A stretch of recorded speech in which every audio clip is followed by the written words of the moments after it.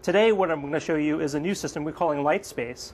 And what we're doing is using some of the new depth sensing cameras technologies to extend the sensing so that it encompasses the entire room.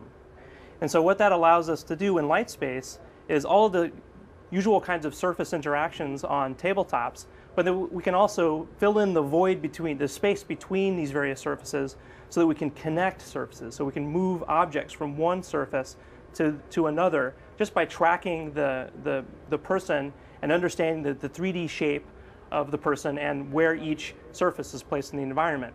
Now, one of the things that we're using is this setup, this configuration here of projectors and multiple depth cameras. And together, these are calibrated to a unified 3D model. And we do all our reasoning and calculations out of this 3D model. Allows us to perform various kinds of reasoning to move objects from one place to the other, for example. So what we have down here is a regular tabletop. Now there's no instrumentation in the tabletop. It's a standard issue Microsoft table. Really, but what we can do is we can project the appearance of the interactive tabletop, and we can track what the user is doing on the table from above, from the depth sensing cameras above. So here are all the kind of typical surface like interactions that one could assume to get in an interactive surface. But the interesting thing right now is that, for example, these are our research videos. If we want to actually take this research video and show it here on the wall, we can literally just connect through our body. We can touch an object on the table and touch the wall, and now we have a video playing from our last TechFest demo. I'll just pause this for a second. So in addition to all the kind of surface level interactions, we can pick up an actual object and move it to our hand. What you're seeing here is a different representation of that same object. It's a little ball in my hand, and we can move it to another hand like this. We can even hand it over to Andy, and he can play with it some more. I'll hand it back to you. Sure. Or we can also take it directly over there to the screen, and now this video that we picked up from the table and played around with in space is now playing on the screen. We played around with a couple other concepts in this space. One is that we can have locations in space actually have special meanings. So for example, if you look down here on the floor, you see a flashing menu sign. And really what this signals to us is that in the column of space right above this space on the floor, there are options for you to select. So if I move my hand here through the column of space, we actually get to see different options of selection. And to select it, we just have to wait a little bit in here. And now we selected to change all our videos and photos from our research videos into our personal baby photos from Andy and me.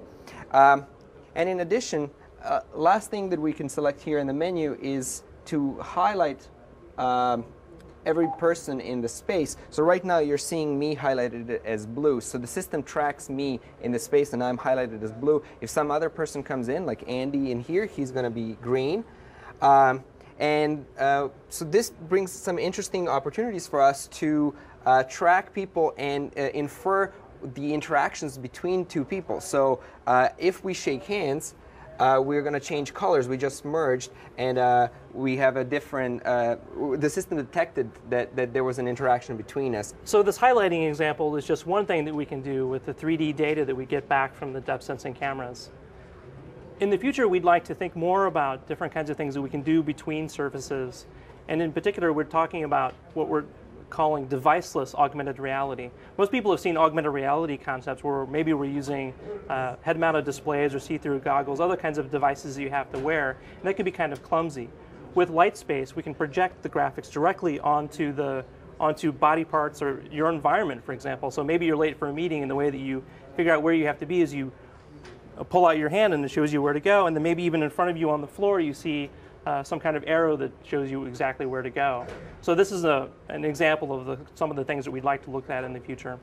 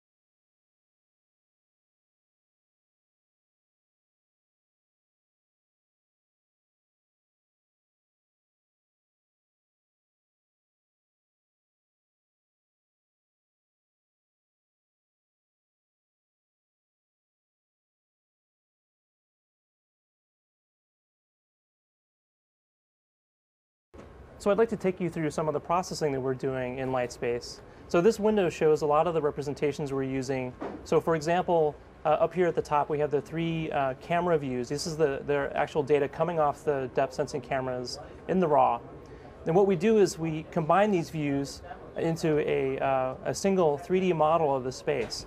And we can do that because we have the cameras and the projectors calibrated to this 3D model. And so you'll notice that as Benko moves around in the scene, this is 3D models updated appropriately from these inputs. Now another thing that we're doing is illustrated over here. We can take various projections of this data for various purposes. So for example, we have this simulated or surface representation here, the table with the pictures on it. Now as Benko starts manipulating these photos, we see this particular projection now shows the kinds of things that we usually get with surface, these various contacts as they're made. And so that's just a quick example of some of the things that we can do with our 3D model.